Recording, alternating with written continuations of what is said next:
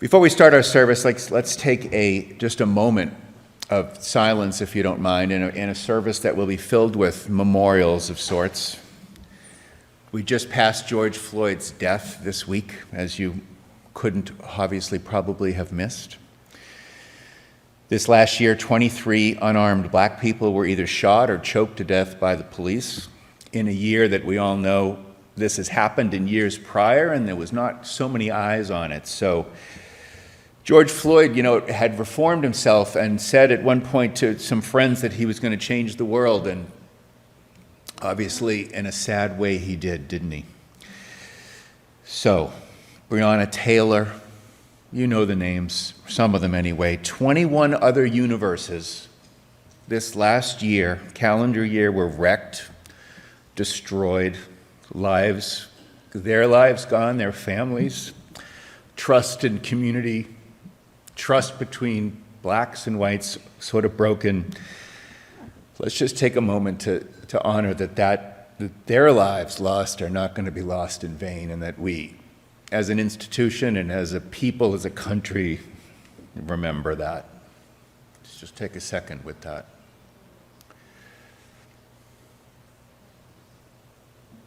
So pretty. I'm going to start in with some bios, people who you'll probably, some of you will know, most won't.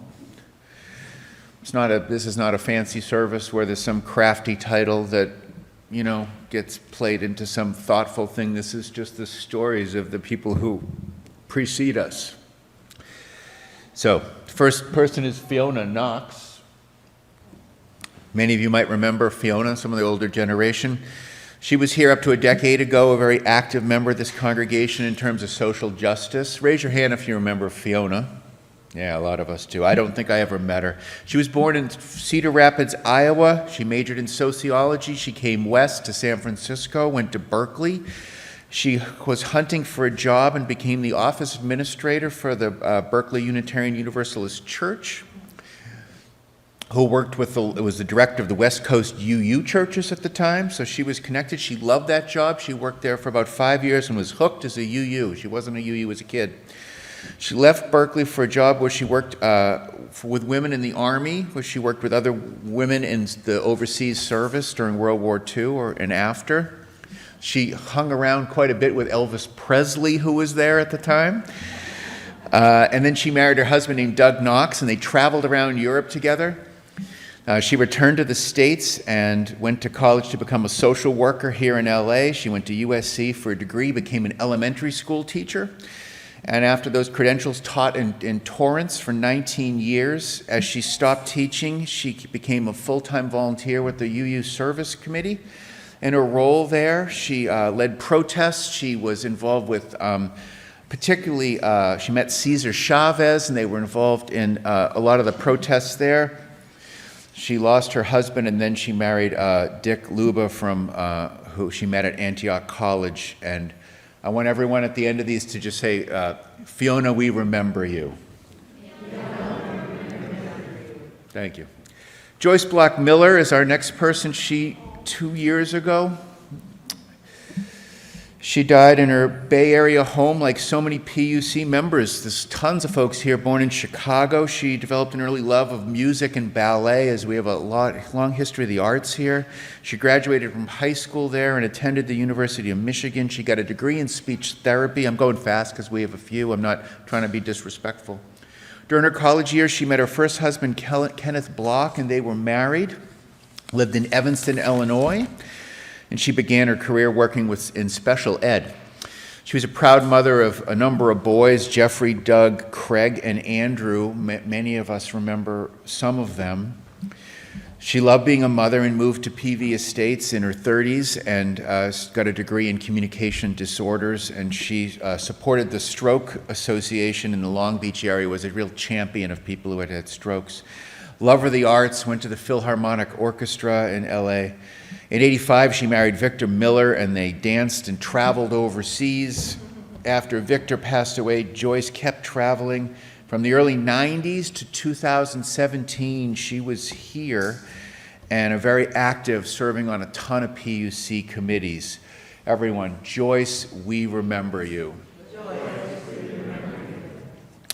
Most all of us who aren't real new will remember the next person, Godfrey Purnell.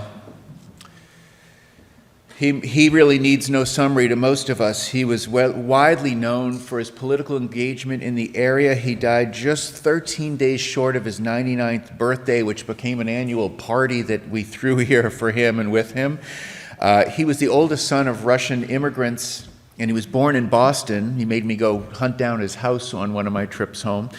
And he grew up in Chicago, and funny enough, he and I lived in the same neighborhood within a few blocks of each other. I lived there for just a year. He grew up there. So he would tell stories when I would visit him about where he lifeguarded, and I would know where that was. That was cool. He became a city council member, and he served multiple terms as the mayor of the city up at the top of the hill there. He's a lifelong advocate for labor unions. He was a progressive, and he created the first prepaid dental program insurance company in the country. And he helped kitchen union workers have dental insurance. So Godfrey was an amazing sort of entrepreneurial spirit and person with this, he had this great logo, "Do Good Stuff," if you remember Godfrey. He basically was one of the champions of the preschool, which we now have, Pacific Sage. And he was a model of just how to live an active life. He never stopped learning. He never stopped trying new things.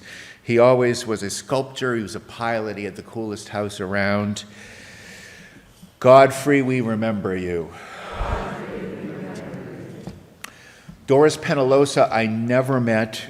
She passed away this past December in McKinleyville, California. She was born in D.C., and she was studied to be a nurse. California came into Doris' consciousness when she took a trip with her sorority sisters. In '57, she met her husband, Richard Bruce, on that trip. Excuse me. Thank you. She was quite a cook and an animal lover, and had a lot of parties. And she married Fernando Penalosa, a sociology professor in Cal State Long Beach, her second husband.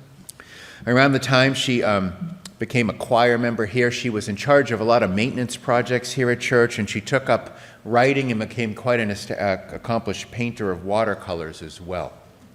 Doris, we remember you. Dwayne Higgins was born on St. Patrick's Day in Faith, South Dakota. Many of us would remember Dwayne.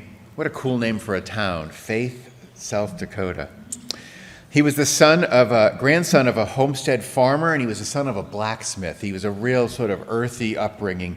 But he moved to the city when he was in his teen years, and he attended Santa Monica College, and he studied art, which was his love. He trained with this renowned artist named Boris Desouch at the Otis Art Institute, and just kept taking lessons his entire life. A responsible and caring family man, he supported his wife of 65 years as a graphic artist and in the art department at the airplane companies like Douglas Aircraft and then Hughes Aircraft. He did some of the designs of what these planes and craft would look like. And he continued to do colorful scenes in his Harbor San Pedro home. And he was a member of the San Pedro Art Association, and he was a volunteer teacher for about 20 years, earning tons of special awards for all his work in the community school down there. Dwayne was always creative in singing, had a love of books, and a friendly, creative spirit, and a kind and generous nature. He was a sweet man, if you remember Dwayne. So, Dwayne, we remember you. Mildred Ann Gilman is how most people would remember Ann. I only met her once. Anne was born in LA in dramatic fashion, an at-risk kind of way. Before her mother was discharged from the hospital, her father took her 2-year-old brother and vanished. Her mother took her back to Virginia, and she grew up in and around D.C., living with her mother and her other mothers, her aunts, who were nearby. In '41, after the bombing of Pearl Harbor, she dropped out of school, lied about her age, and went to work for the American Red Cross. One day on a bus across the country, a man in an Army Air Corps uniform, beside her, she pulled out an empty pack of cigarettes. He got up out of his seat, told the driver not to leave, went back and bought her a pack of cigarettes, and they became married ever since. They were married until he got shipped overseas, and he died 53 years later. Our Ann was the first advice columnist for the Los Angeles Times-Mirror. She wrote a column called Dear Jane Palmer for 7 years, and then she retired to raise her children. And she was the first female Commodore at the Buccaneer Yacht Club in San Pedro. She worked as a legal secretary. She was a member here for many years, and she retired and lived at Harbor Terrace. Georgianne would remember her, and many of us, I can tell by the voices, remember Ann. So there we go. Ann, we remember you. Ollie, who I mentioned earlier, passed away peacefully at the age of 98. Ollie was a character. That's the simplest thing to say about him. He will have a graveside service, like I said, on June 11th at 10:30. On when he was born in Texas, and then his father was in the Navy, and they traveled around a bunch. And he started high school in San Pedro before his father retired, and they moved the family back to Texas. At age 15, he hitchhiked his way back, left his family to hitchhike his way back to San Pedro, made it. This is all before interstate highways and the such. Was dragged back home to Texas by his family and hitchhiked again this next year back to San Pedro. That's Ollie. He was a gunner in the World War II and on a training mission when Ollie was playfully going to write his name in the water in bullets when they were just over a still lake or something. He suddenly accidentally shot up the wing of the plane and they had to emergency land the place. He almost got court-martialed, but he talked his way out of that. Ollie went to graduate from USC on the GI Bill, and he went back to San Pedro, who he had hitchhiked to go to finish his high school at, and he was a modern science and chemistry teacher there for 25 years. Jolly Ollie was his nickname at that time. If you know Ollie, you might remember him saying, "Coker's my name and poker's the game." And he played in a game for about 3 decades with other PUC members, Bill DeClercq, and Ollie was a legendary flirt, a mischievous character, and an impressive bird watcher who had what they call a life list, and a very impressive one. Ollie, we remember you. Samuel French and Barbara French's husband have been members here since the 60s. Samuel was a loyal husband, family man, active tennis player, but he also happens to be one of the world's leading pathologists of liver disease. He had a memorial service just about a month and a half ago here.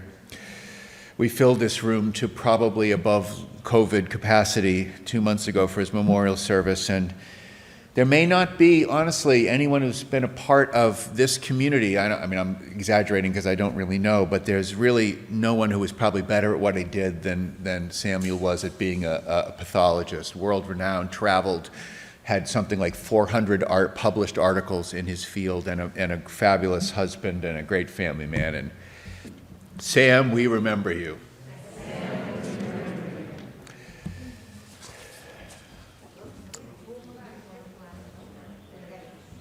Oh. Betty Foss, as she's known, Drew's mom, was born in 1925 in St. Paul, Minnesota. She passed away just a couple years ago in Lomita. We're honoring the 2 years of folks here because of COVID. We didn't get a chance to do this before. She lived on a farm during the Depression. She graduated from college at Macalester in St. Paul and worked as a secretary before starting a family. She moved to California's Central Coast with her first husband, John Davis. In '61, she attended Cal Poly San Luis Obispo for graduate school, got a teaching credential, taught there before moving to LA, and she taught at the Eucalyptus School in Hawthorne. With her second husband, Barney Foss, Betty shared a love of travel, playing bridge and tennis, reading, hosting parties. She was a beloved social member of this church. For many years, she held many positions. She was also the president of the board at one time, and I know Drew, obviously, and the rest of us. Betty, we remember you. William, or Bill DeClercq, is the former husband of our own Georgianne DeClercq, and he is the father of Erica Sweet, who designs the tiles for us and kilns them, if you'll see those later.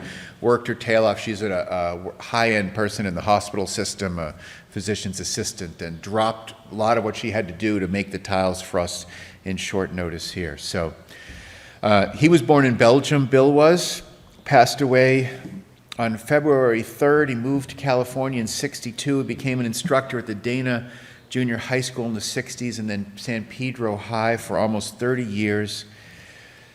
He was threatened with job termination because of his involvement with the Harbor Area Citizens for Peace, one of the many people involved with the peace movement in this church, and being an activist, always vocal about his opinions, never shy to share it. He retained his teaching position and in '81 received the National Golden Key Award in Atlanta, Georgia. After he retired, he served as the president of the PVB Lions Club, and he was just an anti-war activist his entire adult life, an environmentalist, a big, bold thinker. He supported logic, and he wrote this in his own little bio-eulogy obit, supported logic over magic and encouraged conservation of our fragile planet. Bill was concerned with overpopulation and also with quality education and rational skepticism, a classic UU. He applied scientific principles, talked about harmful superstitions, and Bill, we remember you. Virginia Schwartz, or Ginny Schwartz as she was known, was a member back in the '90s. She was a regular support in our office and a part of the social fabric of this life. She was born in 1928. You have a good chance of living a long time if you come here.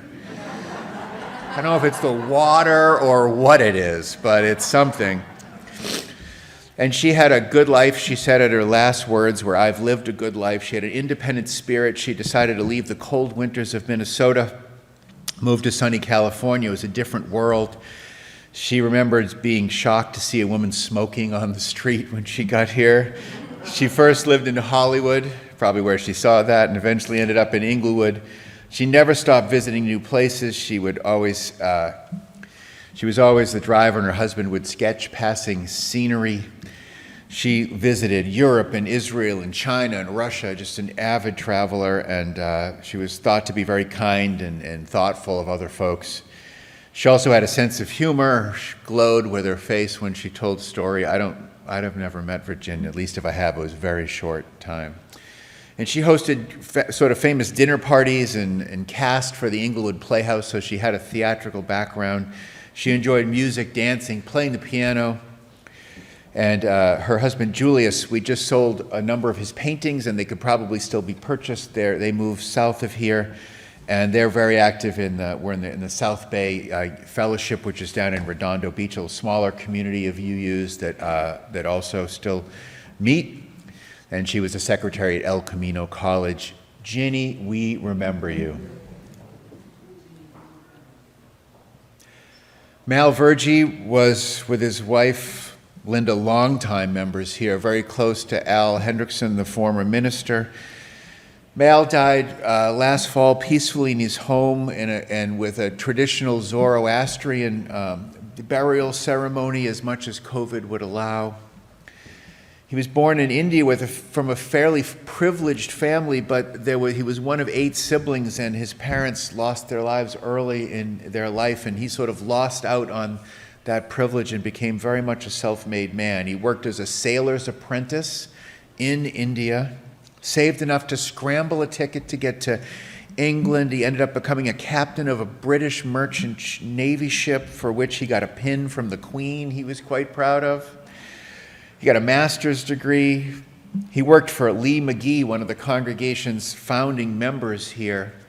And then he was employed with Lloyd's of London. Just an interesting life and a fascinating guy.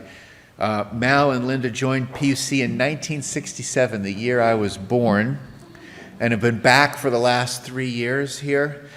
Mal was a man of the sea who turned into a gardener and grew amazing rare fruit. They have a great house on the sort of San Pedro side of the hill here. He played in these poker groups, one with Bill DeClerc and Ollie. Mal and Linda went on something of a blind date and were married 6 weeks later. So Linda's here to hear that too. So Mal was cool, and Mal, we remember you. Ethel, or Echo Davis, is a name many of you will remember. She just died in 2019 from pneumonia. She was born in Dayton, Ohio. She was the sixth of 8 children. She grew up and she went to Denison University. Shortly after college, Echo made it here and worked at the Torrance school system as an elementary school teacher. She was a reading specialist. She married Perry Davis and spent a life traveling and entertaining together. She was quite a pianist, apparently, and beloved by her many nieces and nephews. She was a big supporter of Heifer Foundation, Doctors Without Borders, very supportive of these progressive causes. Echo, we remember you. Chuck Curtis, a gentle soul, sang in our choir up to his death on Halloween night in 2018. You might remember Chuck often wore like an Irish cap and was full of jokes. He was a funny man. He loved a good pun. And I think of Chuck most strongly as not only being a member of the choir, but he was one of the initiators of a year-long world religions program that we had last year. And Rose, his beloved wife, is here today, and we honor Chuck. Chuck, we remember you. Georgianne Coughlin, I couldn't find anything about her. Georgiana Coughlin passed away, and I hunted pretty hard for photos, and there we go. Georgianne, we remember you. Having heard a sea of bios of deceased members, we could have a heightened sense of what it takes to be here. Yes. She's going to be on our tile. This is Pat Schull's daughter. We weren't going to do non-members in the service, but Pat was an active, good daughter and an active person in 1,000 volunteer groups, lived up north. Died tragically in a very strange and sad way. She was sort of thrown from a golf cart and hit her head and died immediately. But very involved in a lot of communities. We'll tell her story in just a minute. You might have a heightened sense of like what it is to be here. Some just very cool people that have passed before us. If you have a culture about life and death, it's simply that your life matters, and that you should behave accordingly. We've just finished a 6-week series on death and dying to return to the end, to the truth that the obvious fact that you're going to die does not come with an obvious natural response to it, does it? You can live your life a whole ton of ways. We've always known that the stakes of death were high, too big to sort of deal with just rationally. And to funnel the question, I was sort of thinking to myself, if you funneled the question of, given death, how one should live into a computer, it would probably smoke like it were in a cartoon. You can say, I'm aware of the truth of it, and then choose to ignore it. You can know your body, and with it, believe your mind is going to go away and not break free of the fear of that. You can get that life is fragile and choose to live recklessly without a seatbelt, so to speak. You can digest fully that you're going to pass away and dedicate your life to sacredly soak up every bit of your time. You can choose to worry about your genetic propensity for colon cancer and eat Brussels sprout smoothies for the rest of your days. Every response, more or less, has its own wisdom and foolishness, doesn't it? Whatever response anyone has towards death in their life will be driven by deep-seated emotions that the person taking them on will probably not be fully aware of or understand they're even driven by, right? All of us, that's true. So when you become a member of a Unitarian church, you probably don't expect promises. You don't get too many paved golden roads here. You don't hold yourself to not being a bigot, to care about the environment, to choose to stretch your heart, to believe in the broadening of liberties to the people who are been left from those liberties. You didn't come to UU Church not to be able to sort through this in your own way. You get to sort what you came with from your own religious heritage. You get to chuck what you want. You have to work that out for yourself. I suspect that you came to be a part of a community that earnestly asks itself, how can I be a moral person on my own terms? And you look through the list of people we just had. Being a member here is open to all. We don't screen people for their level of success, for race, for creed, or education, or sexual orientation, or any criteria, really. Truth is, if you hang around here long enough, 4 or 5 months, show up on events and Zoom classes, find your way into participating in a few social events, and you do not behave like a jerk,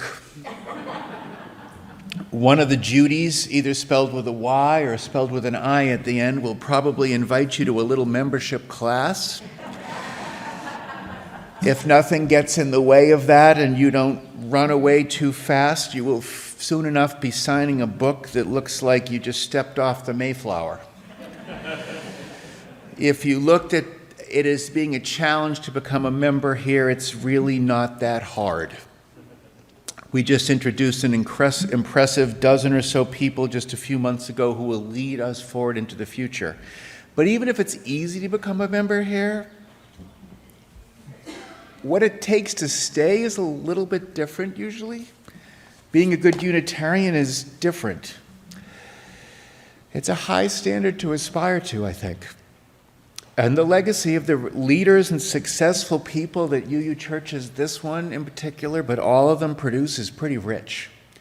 So, we harbor this history of harboring leaders, and we harbor this new understanding that some of that legacy of leadership rests on a certain kind of privilege, and it rests on the obligation to look honestly at who you are.